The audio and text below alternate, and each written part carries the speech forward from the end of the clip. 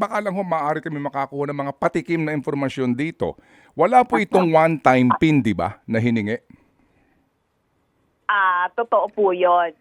In terms of timeline po kasi, Sir Ted, so nung gabi ng November 8, na-detect na po natin to at naibangga din po natin to dun sa mga complaints ng customer natin nung November 9, nag-report kami. Simula lang po nung Lunes, Opo. ang aming investigation at saka validation po with PSP. Hindi pa po tapos yan. In fact, hanggang ngayon, nandirito pa rin po sila sa office natin. Opo. So, kaya naman po, medyo ilang araw na dahil masusi din naman po itong tinitingnan ng aming BSP. At sinasabi po namin na kami po ay magko-cooperate sa investigasyon na ito at alam nyo naman po ang ating mga regulators, kailangan po muna sila ang makaalam.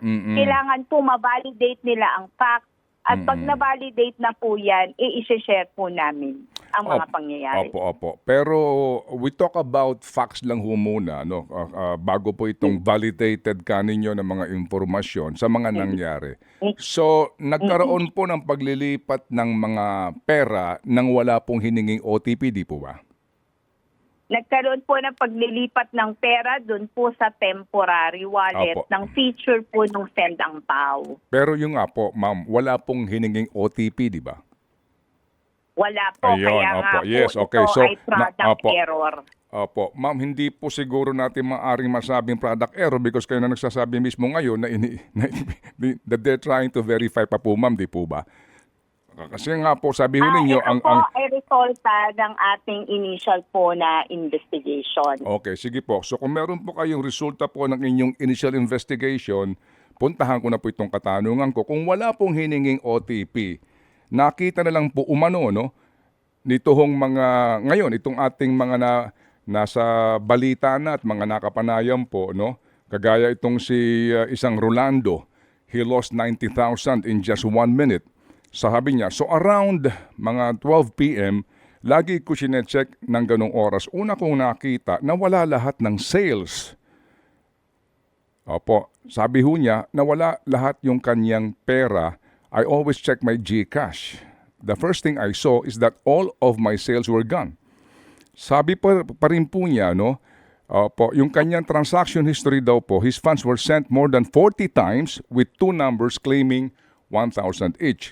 So wala itong OTP, nakita nilang nalimas yung pera, opo, kung sakasakali po na bypass noong sino man ang may gawa nito, yung application dahil nga hindi nagpadala po ng OTP notification. So, kung sabi po ninyo, ang inyong paunang investigasyon nagsasabi ng product error, hindi naman kaya pwede sabihin natin na ito talagay isang organized breach. Sir Ted, yung particular po na kaso na yan ay kailangan ko po malaman yung buong detalye din. Hindi po ako makakapag-comment dyan kung ayan din po ay related dito sa particular issue na to ng Send Ang Pao. Maaari po ba namin makuha yung detalye at we will look into that at babalikan po namin kayo dyan. Lalo na po sa particular issue na yan. Opo, kung nag-reach out po kayo sa sinasabi niyong mga nakuhanan po dito, nag-transfer ng pera, wala ho kayong na-enkwentro ng ganun pong kwento na 90 mil po yun wala? Ang nailipat? Marami. May mga babalikan ko lang po kayo dyan. Ito po ay isolated case. Doon sa mga nag-reach out po namin na mga na sitwasyon na ibalik na po namin yung pera na yan.